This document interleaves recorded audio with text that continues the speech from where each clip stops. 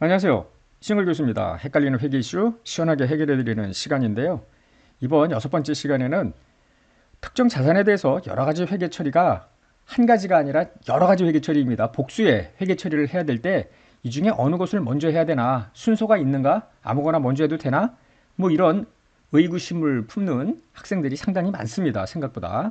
자, 예를 들어서 이런 것이죠. 삼각대상, 유형자산, 무형자산도 포함되는 건데요.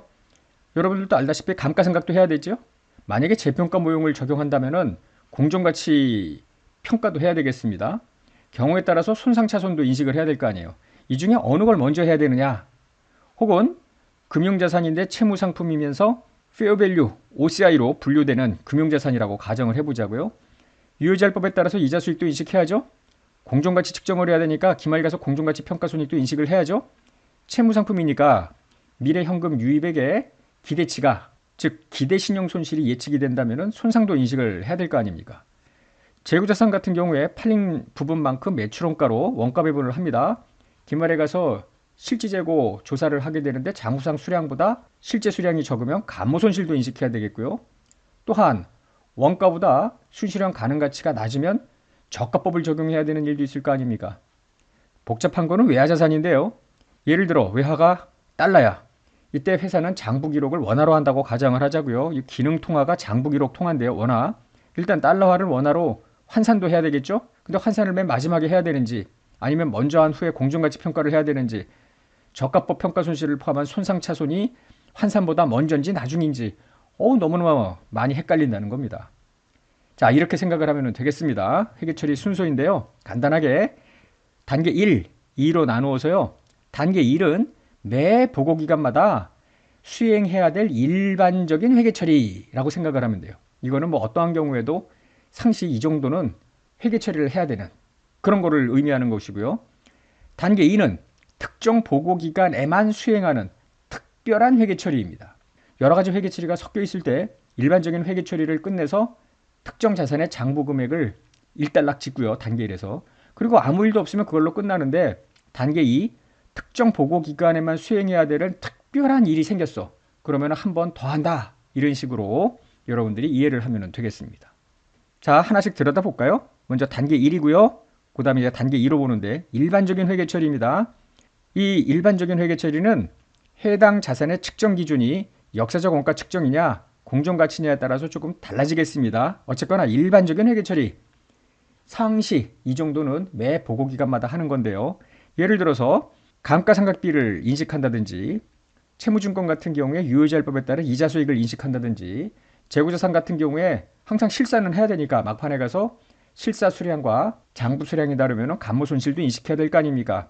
그래서 일반적인 회계 처리 중에 첫 번째라고 보시면 되겠습니다. 1-1.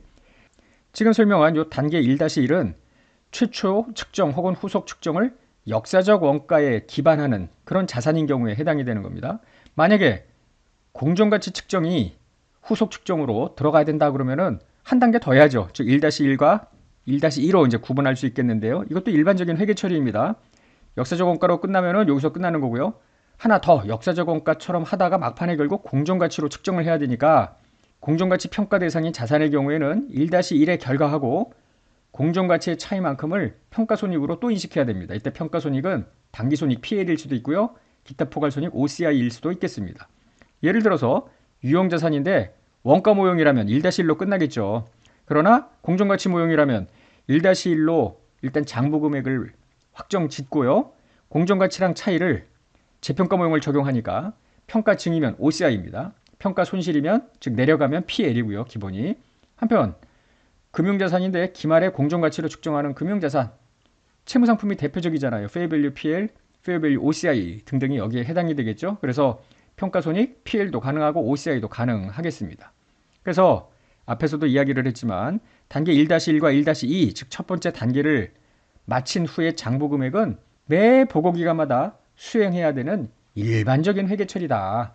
역사적 원가 측정이면 거기서 끝나고요. 공정가치 측정이면 거기에서 한 번 더 공정가치 측정을 하면 끝나는 것입니다. 자, 이제 단계 2에 주목해 보자고요. 특별한 경우에 적용하는 회계 처리인데요. 단계 1을 끝내놓고 아무 일 없으면 그걸로 끝나겠지만 뭔가 문제가 생겼어. 역사적 원가 또는 공정가치 측정치 이게 단계 1에서 한 건데요. 여기서 이탈하는 회계 처리입니다. 매 보고기간마다 인식하는 건 아니고요. 어쩌다가 이루어져야 되는 그런 회계 처리라고 보면 되겠는데요.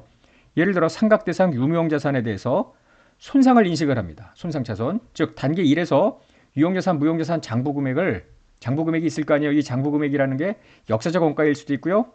재평가 모형을 적용하는 공정가치일 수도 있겠고요. 이 장부금액을 회수가능액하고 비교해서 회수가능액이 줄었어. 그러면은 감액을 하면서 손상차손을 인식하는 것. 이거는 매 보고기간마다 손상차손 인식하는 게 아니라 어쩌다가 인식하는 거 아닙니까? 앞에서도 이야기한 것처럼 역사적 원가 또는 공정가치 측정치에서 이탈하는 앱노멀이라고 보면 되죠. 앞에 건 노멀이고. 그래서 이 손상차손을 인식한다든지, 두 번째로는 삼각원가 측정 금융자산이라든가, 이거는 삼각원가로 측정하죠. 공정가치로 측정하는 페어밸류 OCI 금융자산, 즉 둘 다 채무상품인데요. 단계 1에서 장부금액 결정을 했을 거 아니에요. 유효자율법에 따라서.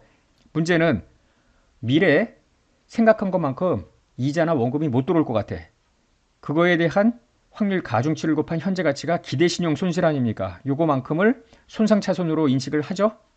손실중단금도 인식하고 어쩌다가 하는 거죠. 재고자산 같은 경우에 원가가 나왔는데요. 이제 최종 수량도 나왔고 선입선출이든 가중평균이든 원가 금액이 나왔는데 순실현 가능 가치가 많이 떨어졌어. 그럼 저가법 평가 손실을 인식해야 되잖아요. 이런 것들이 특별한 경우입니다. 단계 1에서는 무조건 일반적으로 해야 되는 것, 이게 특별한 경우니까 이게 2순위로 회계 처리를 한다라고 생각을 하면 되겠습니다. 조금 복잡한 게 외화자산 쪽인데요. 환율 변동 효과를 중급 회계나 고급 회계에서 배우지 않으신 분들은 조금 어려울 수도 있는데 한번 그냥 들어보시면 되겠습니다. 외화자산이더라도 단계 1, 단계 1을 거치는 거는 유사해요. 다만 다른 점은 외화를 원화로 환산하는 그 과정이 하나 어딘가에 더 들어간다라는 점이 차이인데요. 자, 단계 1입니다. 일반적인 회계 처리인데요. 기능통화가 원화인, 기능통화는 장부기록 통화라고 기억하시면 되겠습니다. 기능통화가 원화인 기업에서 달러 거래, 외화는 달러라고 가정을 하자고요. 이런 거래가 발생했다고 가정을 하자고요. 그럼 외화자산이 발생을 했을 때 그 외화 금액의 거래일의 환율, 이걸 현물 환율이라고 하는데요. 이걸 적용한 원화 금액으로 자산을 인식합니다. 뭐 외화 수출을 한다든지, 뭐 현지법인에 유형자산, 건물 등을 투자한다든지, 뭐 이런 것들이 여기에 해당이 되겠는데요. 그리고 나서 보고기간 중에 관련 자산에서 수익이나 비용이 발생할 수 있겠습니다. 예를 들면 채무상품 등에서 이자 수익, 그 다음에 건물 등에서 감가상각비 이런 것들이 발생할 수 있겠는데요. 이 발생 외화 금액에 당해년도 평균 환율을 곱한 금액으로 보고기간 말에 원화 금액을 인식을 하겠죠. 한편 보고기간 말 현재 이제 계속 보유 중인 자산에 대해서 환율 변동 효과를 인식해야 되는데요. 화폐성 자산, 예를 들면 매출채권, 차입금, 대여금 이런 화폐성 자산에 대해서는 외화에다가 마감 환율을 적용해서 환산한 금액이 최종 장부 금액입니다. 근데 그 최종 장부 금액과 그 직전 장부 금액의 차이가 있으면 이걸 환율 변동에 따른 차손익으로 인식을 해요. 외환 차이, 이익일 수도 있고 손실일 수도 있겠습니다. 당기손익이고요. 비화폐성 자산의 경우에는 역사적 원가로 측정하는 비화폐성 자산은 환율 변동 효과를 인식하지 않고요. 그럼 환율 변동에 따른 최종 금액은 나중에 처분할 때 실현손익에 다 포함이 되게끔 합니다. 한편 공정가치로 측정하는 비화폐성 자산, 예를 들면 재평가 모형을 적용하는 건물 같은 것이 여기에 해당이 되겠는데요. 공정가치가 결정된 날의 환율, 기말일 수도 있고 기말 전에 공정가치가 결정되었다면 그날의 환율을 적용해서 장부금액을 원화금액으로 결정을 짓고요. 그 직전의 장부금액의 차이를 외환 차이로 인식을 합니다. PL일 수도 있고 OCI일 수도 있겠습니다. 좀 전에 예를 들었던 재평가 모형을 적용하는 건물 같은 경우에는 재평가 공정가치 변동을 OCI로 인식하기 때문에 환율 변동 손익도 OCI로 간다. 이렇게 보면 되겠습니다. 그 평가 손익의 PL, OCI 구분에 따라서 환율 변동 손익에 대한 PL, OCI가 그대로 쫓아간다고 보면 되겠습니다. 자, 단계 2. 특별한 경우의 회계 처리. 앞에서 보았던 일반적인 자산하고 다르지 않습니다. 유형 무형자산 손상차손, 재고자산의 저가법 평가손실 이런 것들이 맨 마지막 후순위로 하는 거예요. 이때 이제 기억하실 건 뭐냐면은 이 금액들은 이미 원화로 환산한 후의 금액들이 되겠습니다. 그래서 외화로 손상 여부를 보는 게 아니라 환산한 기능통화를 기준으로 장부 금액이 회수 가능액을 초과하면 그 차이만큼을 손상으로 인식한다라는 겁니다.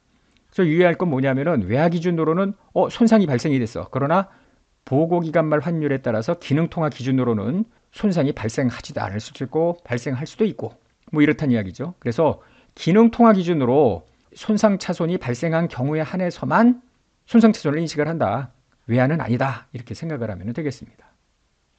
마지막으로 이제 손상차손 이게 특별한 회계 처리에 해당이 되는데요. 하여튼 맨 마지막에 손상을 한다. 이렇게 생각을 하면 되는데 손상차손을 인식하지 않는 그런 예외 자산이 있습니다.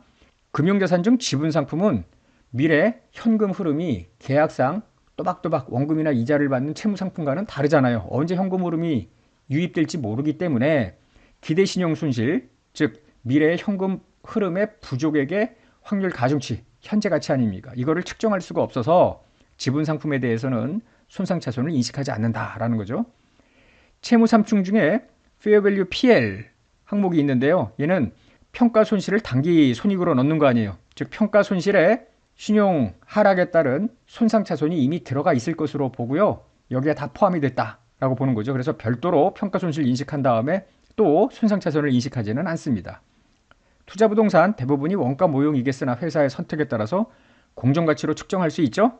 공정가치 측정 투자부동산은 마치 금융자산과 유사하게 회계 처리를 해요. 감가상각도 안 하고. 이때 투자부동산의 가치가 떨어졌어. 공정가치가. 그러면 공정가치 평가 손실에 다 이게 반영이 되기 때문에 굳이 손상차손을 또 인식하지는 않겠다라는 겁니다. 공정가치 평가 손실은 당기손익 과목이거든요. 그래서 추가로 손상차손을 인식하지는 않는다고 보시면 되겠습니다. 자, 오늘 6번째 강의 조금 이제 감이 잡히시나요? 여러 가지 회계 처리를 한꺼번에 해야 될 때 어떻게 구분해요? 일반적인 회계 처리를 먼저 한다. 이게 일반이고 이게 일반이야. 그럼 얘네들을 먼저 하는 겁니다.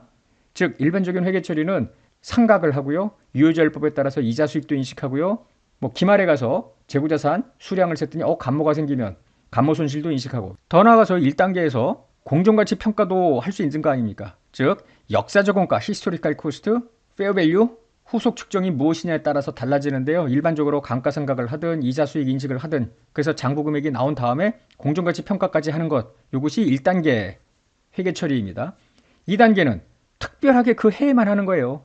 손상이 발생한다든지 채무상품 금융자산에 대해서 기대신용 손실이 확 높아져서 손상차손을 인식한다든지 적합법 평가 손실을 인식한다든지 이게 2순위고요. 이걸 마지막에 한다고 본다. 이렇게 정리를 하면 되겠습니다. 좀 깨끗해졌나요? 자, 강의 마치겠습니다.